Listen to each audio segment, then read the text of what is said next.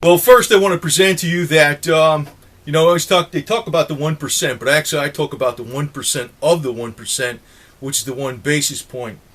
Actually, probably a lot of the 1 basis point is going to get their just due pretty soon. I know they've been living fat off the fat of the land and the backs of the blue collar, middle class workers, but. It's not necessarily their fault that it happens that way or by planning. It just happens to be that, sometimes when you have the adequate capital to make more money with, you will. And during certain times, as long as you are keeping your eye on what the actual economic trends are. But, I have to put out this, that, there is going to be a downturn in the markets. They're not going to keep going up like this forever with the Dow. And NASDAQ's already got clobbered and stuff like that. We've already seen the second bubble implosion of the NASDAQ in the tech market, right? It's really that's a sign of things to come for the rest of the markets. But the other thing is the GDP report that came out looked bad. The GDP report just came out; it looked bad. Plus, there's a lot of banks that are saying they're getting fined. Chase Manhattan said they don't know what they made a mistake of a couple $2 billion on their books or something like that. I mean, there's all kinds of crap going on. It's like you just get hit with stories left and right about either banker suicides, murders, or wrong number reporting and fines that are being dealt with that they have to deal with because of misreporting. And even Goldman Sachs is not immune to this. Goldman Sachs is an interesting type of entity. They don't even know the term. They don't even know the meaning of the term share. They don't share nothing, man. When you talk about shares, there's the other word for share. They don't share nothing. But they're going to have to share one way or the other because I have my price of silver. Yeah, we got the spot price of silver's dropping. It's going down to the low 19s. But if I was to sell to Goldman Sachs, I'd put a 0 at the end of it. To be my price, if I was going to sell to them, I'd put a 0 at the end of it. You want it? Hey, that's what it costs. Anyway, I know that's not reality, but if I'm dealing with those guys, charge accordingly, man. Charge accordingly. It's like a piñata. You smack that freaking money bags and you get all you can out of it, right? Hey. Anyway, I want to point something. I want to point something out. I'm going to go through a hodgepodge of different things here. I know, I pretty much push. I don't want to say I push it, but it's like this is what I think. Okay. I know Israel and Jewish people aren't perfect, okay? I know that. I ain't stupid, okay? But by and large, I generally support them, But I just want to point out this other story because it's in Ukraine. It was a major city in Ukraine, a mayor that's located 20 miles away from the Russian border. His name was Mayor Kearns, with a K. And he was kind of like either loved or hated, but he was like... he almost reminded me, from what I know about him, almost like a John F. Kennedy type guy, He'd be out there with the people, He's like, he had different interests. He showed what his interests were. He was actually kind of a fitness enthusiast. He'd be out there in the gym, he'd be, a strong guy and everything like that. He loved the animals and stuff, and all that kind of garbage. He'd go bicycling. And he was in a park and he was running, and somebody shot him in the back. And, it's kind of like he's probably going to survive, but he's been severely injured. They missed his heart by just millimeters. It was very close to his heart. It was almost definitely and he could die. He could die, right? They don't know who shot him, but he was somebody who was not either for the government in Kiev or for for going for Ukraine, for Russia. Either way. And, he was a guy that was actually for an independent Ukraine. Now, I'm going to state this. He was a Jewish guy. If you heard all that stuff before about, his, what he's about, you'd love him until you probably heard he's Jewish, and you say, I don't know about that. So that's what some people are, man. I swear to God, man. It's like they're tainted against Jewish people, man. I know they are. But the guy actually was a real hopefully he's not dead, but, they really, really put him down hard because... whoever shot him in the back, they don't know who did it, but I tend to think it was pro-Russian because he's in an area 20 miles from Russia, and that's my personal belief, right? And that's not something I read somewhere, because they have no proof who did it. But the other thing is he wasn't going along with the policies of he didn't want Ukraine to become part of Russia. I wouldn't want Ukraine to be part of Russia either, you know? I don't think, you know, I know this is a bunch of crap about, you know, the West has poured billions of dollars into the new Kiev government. Well, actually, the reality is Yanukovych, the guy that was ousted from Ukraine, has actually stolen many billions of dollars, and a lot of those billions of dollars are funding the so-called rebels. So, you know, on the internet, we got Russia Today, the propaganda outlet, as, you know, I don't like Secretary of State Kerry. You know, I'm not too keen on this guy myself, but I'm going to support him. You know what I mean? I mean, I'm not like in a freaking... Well, it's not because he's Secretary of State, but I basically do agree with what he says about Russia Today. It's a propaganda outlet. Big time, man. Big time. It's worse than a freaking major media, except it's all against the United States 100%. You know? And, you know, the thing is, with Ukraine, they're making it sound like, you know, everything that went on over there is due from the West. Hell no, hell no. There's a lot of garbage going on. Actually, a lot of it's from Putin. But you got to look at it this way. You know, there's a lot of different angles coming up, and it's going to affect the commodities. Now, one thing I noticed that's bad for silver, as far as the trend, is that oil went below $100 a barrel on the WTI. Now, I don't know why the hell it went below $100 a barrel. There's probably a reason out there. But, you know, I think the real reason, you know, this is me talking now, not something I read. Well, they know that, you see, I understand this. You know, they got lawsuits out for the last almost 15 years that the oil market's rigged. All the traders say this shit. I mean, all the traders with experience say this shit. It's been known for years.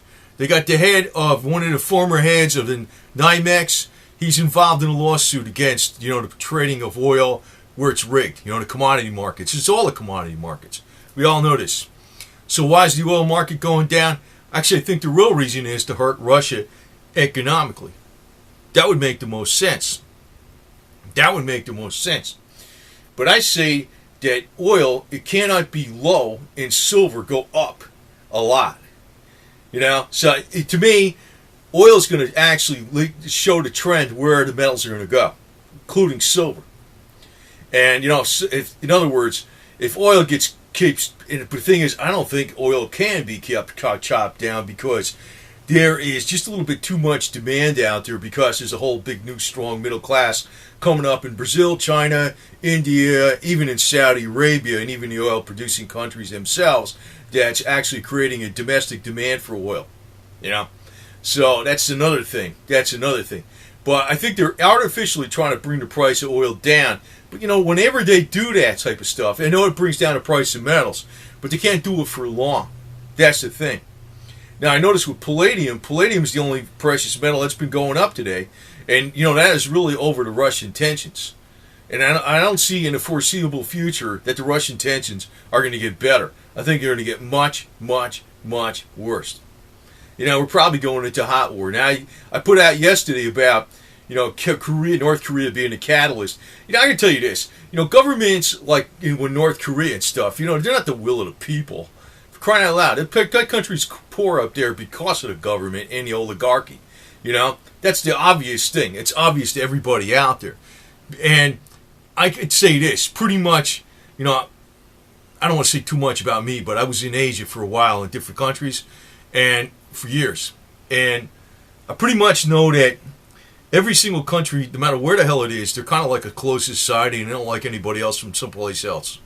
It don't matter if you're from another Asian country or you're from the United States. It don't matter. You know, they're friendly on the outside, but, you know, they kind of have their own little thing. You know, it don't matter where the hell it is.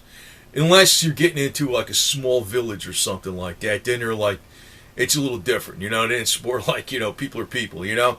But generally speaking, most Asian countries are pretty much, you know, they got their own thing. Don't matter where the hell it is. It don't matter what country it is.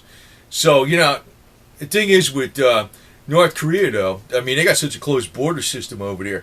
But, you know, you got to remember, the guy on the top was educated in the West, which tells me he's a New World Order puppet. I think he's going to be a catalyst for World War III, North Korea. It's going to be a mess, man. It's going to be a mess. But I'm going to tell you this. The thing that's actually going to bring you out of it is going to be individuals more than anything. Because a bunch of things, actually. You know, there's a lot of things that people are conjecturing on paper about this and weapons and all that kind of garbage. But, you know, the one thing USA has is there's a lot of people that are, I don't know, they're pretty well, pretty much on the ball. Maybe it's not most people, but there's still a significant bunch of people in the United States are pretty much on the ball that are pretty independent and they can do things on their own and survive under adverse conditions and fight back. So, it's more or less a situation where I don't think the USA is going to fall as easy as some people think if there was a World War III. I also want to put this out even in this silver video. If you look back at the time Nikola Tesla died, the government went over to his room and they collected all these papers and stuff like that he had. I know the Russians and stuff got some information on Tesla, the Tesla technology and stuff. They know some of it. But by and large, the U.S. government's got everything Tesla did. You know how much information they took from Tesla when he died? It wasn't a few boxes. It was a few truckloads. So, there's probably a lot of weapons systems that we have out there you're not seeing published on the, you can look all over the internet, you can look all over the freaking, every place there is, and you're not going to know anything that they have. Just like when during the Gulf War or whatever, the Desert Storm about the stealth fighter, nobody even knew about it till it came out. Nobody knew about the atom bomb until it was exploded, right? Same damn thing. There's a lot of talk about, the U.S. is, probably vulnerable to Chinese and Russian weapon systems. Maybe that's true in some ways with the new missile technology. And I'm putting this out here because that's actually warfare. Totally affects the economy, totally affects prices. But the thing is, if the United States was on a losing side of any kind of global conflict, what's going to happen to the price of silver? It's going to go right through the freaking, it's going to go like astronomically high.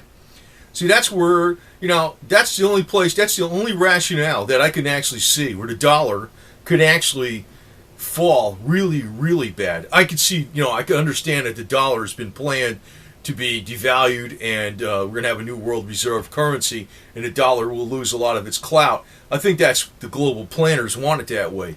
But if there's something intramural contest going on between, who wants to be on top of the new world order, like because Russia has their own plans and Putin's a very ambitious guy and stuff like that. It's a matter of what's going to happen to the dollar if there's a big conflict in the United States and the conflict is not going well for the United States. Well, in that case, the dollar value can really get diminished really bad. In that case, silver's going to really protect you a hell of a lot. And what's going to come down to, nuts and bolts all the way. In other words, people know how to do shit. They're going to be the ones that are really worth something. I got to go back to the old Roman ways. When Rome was a kick-ass nation back in the early days, even when they got defeated, they didn't give up. It didn't matter. They didn't give up. In the later days, it was like, what do we do about it? The little cowering in the city and stuff like that. They didn't go out there and fight the enemy. But what happened is when Rome finally fell, what happened with the the conquerors when they came in, it was a lot of the people in Rome that were not like the higher stratus of society became the higher stratus of society. And I'm giving the examples. It was like the blacksmith, the guy that could freaking make metalwork, stuff like that. The guy that could make chariot carts, the guy that was the mason, those type of people, like the blue collar worker of today. In the United States, they'd be the ones that freaking saving the day. There's no doubt about it. No doubt about it. And, the Wall Street freaking shenanigans and stuff like that, they're just going to have to learn how to do something freaking constructive. And it's going to be a hell of a freaking learning curve for them. I can tell you that right now. But, in Rome, during the time that Rome fell, like some of the best people on the highest stratus of society, the orators, the freaking people that can recite the prose of this, and all this kind of crap, the entertainers, all that kind of garbage, they weren't worth a damn thing. They'd be like the highfalutin freaking high society during the time of Rome, when Rome was still surviving, but when, it got taken over, Rome went right back to its roots again, basically. That's probably what will happen in the United States. Actually, I tell you this, if there's ever some kind of world war deal, where probably the biggest problem they're going to have with taking over the USA is going to be out west. Where the Bundy ranches and stuff like that, there's a load of people like that. You know what I mean? There's a load of people that are not going to give up shit, and it's going to make it too expensive for anybody that tries to take over. That's exactly what's going to happen. I agree, with some of the junk that's put out in Washington and stuff like that, and I'm not against, I'm pro-USA, I am. That's the way it is. I'm not going to freaking, um, I could say certain things I don't like about certain people in Washington and things like that. But, by and large, like when Kerry makes a statement that Russia Today is a propaganda outlet, he's correct. I'm not too keen on, Secretary of State Kerry, but he's correct, man. He's correct. It's a propaganda outlet. That's all it is. People don't like hearing that shit because they're stupid. That's all it comes down to. They really are. They really are. They don't know how to deal with Putin. They don't know how to deal with Putin. They got no freaking freedom. As a matter of fact, if we played that same game over here, Russia Today would be all freaking, you'd be all under interrogation right now. And it'd be a matter of, hey, you guys are spies. That's what the hell it would be. That's what it would be. So, I'm coming from that camp. But anyway, when the more tensions go with geopolitical tensions, the higher the metal's going to go. But I always say that oil is going to have to lead the charge. There's like a catch-22 with this deal with oil, is they're trying to suppress the price of oil because of Russia. That brings a lot of money into their coffers. They're trying to hurt them. See, this is the deal where it's going to be really bad for the West because global tensions or any kind of war happens with Iran or anything like that, and say Saudi pipelines get blown up, the price of oil is going to go way up. Putin's going to condemn the crap out of the West. He really loves this, though. He wants the Middle East to blow up because it's going to profit him a hell of a lot, Actually, I'll tell you the truth, it'd have been smarter if they played the game where Iran was against Russia, against Russia. I don't know how they, they got a lot of different freaking opinions on stuff, the way they play foreign policy. But I can tell you this, Iran and Afghanistan or any of these countries that we're trying to basically, control more or less, they are neither for the West and they're neither for China and they're neither for Russia. They're only for themselves, period. They're only for themselves. I personally, if I was running foreign policy on this deal, I'd be like, release the freaking Tesla energy. We got it first, and screw it. That's the way I look at it, That's the way I look at it. If they lower the price of energy for everybody in the United States, the economy gets super strong. But you know what the deal is? It's we got a bunch of freaking elitist control freaks that want to have something all for themselves and they want a guaranteed revenue stream. They don't look at the big picture because actually when they do that, they shoot themselves in the foot. That's what happens. And when I talk about what could possibly even happen with the economy per se and all the numbers that we have that we see, in the bond markets, the Dow, the Nasdaq, the S&P, there could be a big major problem at one point in time, and the elite are going to get theirs. Trouble is, if the elite get theirs, it ain't going to help us. It ain't going to help us. It's just going to hurt them. And if you're going to keep the United States strong, it's going to have to be the American blue-collar worker that does it all the way. It can't be armchair at all. It's got to be hands-on. Hands-on all the way. Now, yesterday I put out some stuff about health and healing. And, I know some people, it's kind of like, some people looking at this shit like it's, using a rifle machine with a DNA holder. And actually I'm using it right now. I got it set on, actually I'm looking at it right now. I got it set on regeneration and healing. And, it's not running at 528 DNA repair frequency. But I want to put out that, actually, a lot of the strength in the United States, you got to look at not just the numbers, but you got to look at the health of the people themselves. In other words, the more people take care of their health, the more alert they are, the more productive they are, the more they can counter freaking attacks from the enemy, too. That's another deal. And, this thing with Rife I'm talking about, with this Rife technology, it can actually cause you to be healthy for very, very low cost. I know some people looking at this, how the hell does this work through a remote device? I don't know. I'm a little skeptical. I am skeptical of myself. I don't know. But I've been hearing a lot of free feedback, and I've been reading a lot of stuff on it from real people that say it does work. The theory sounds okay. I don't know. I don't know for sure. But I have to put out this, like, we're on the verge of, like, taking two different paths. We can go down one path and go for a much better world, and we can go to another path and go a lot worse. During before World War I, all these inventions were coming out, the betterment of mankind. They had World War I. They screwed it all up again. During the 1930s, even though there was a Great Depression going on throughout the world, there was a lot of things coming out on the cusp of science that were far better than any time before. And what do we have? World War II. Now we're looking at what's going on today. We got a lot of stuff the same way. What can screw up a lot of stuff is World War III.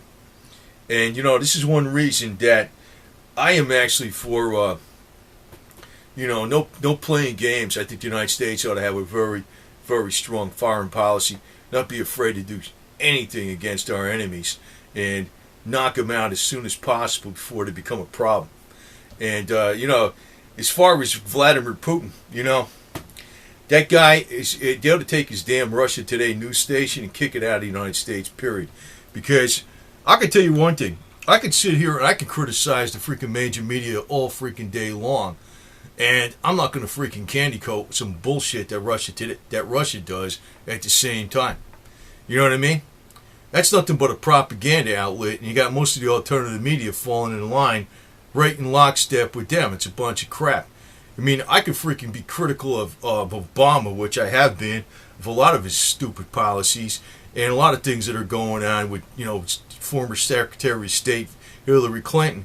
And, it doesn't have to be Russia Today. It doesn't have to, because I'm not going to freaking go support Russia. No way in hell. There's plenty of alternative media sources out there from independent people, truly independent people, that you don't need a freaking Russia Today propaganda outlet. Because, in my opinion, you got to take that damn Russia Today and freaking throw it right the hell out of the country, because it's nothing but a freaking total propaganda outlet. And basically, it's a freaking spy agency trying to create hate and division in the United States. Being that said, I am not for the freaking major media. I don't give a shit. Corporate media or anything else like that. I'm not for any of that shit. Not at all. Not at all. But I also know what freaking RT's about.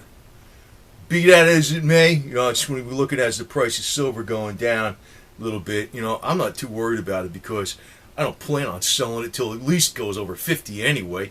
And I also got a good slice of palladium and I'm watching it go up, which I've been told people to get years ago, and a lot of people just ignored it. But, don't be afraid of freaking adding to the stockpile on silver right now if you don't have any, because I have a tendency to think that when things turn around, they're going to turn around very fast.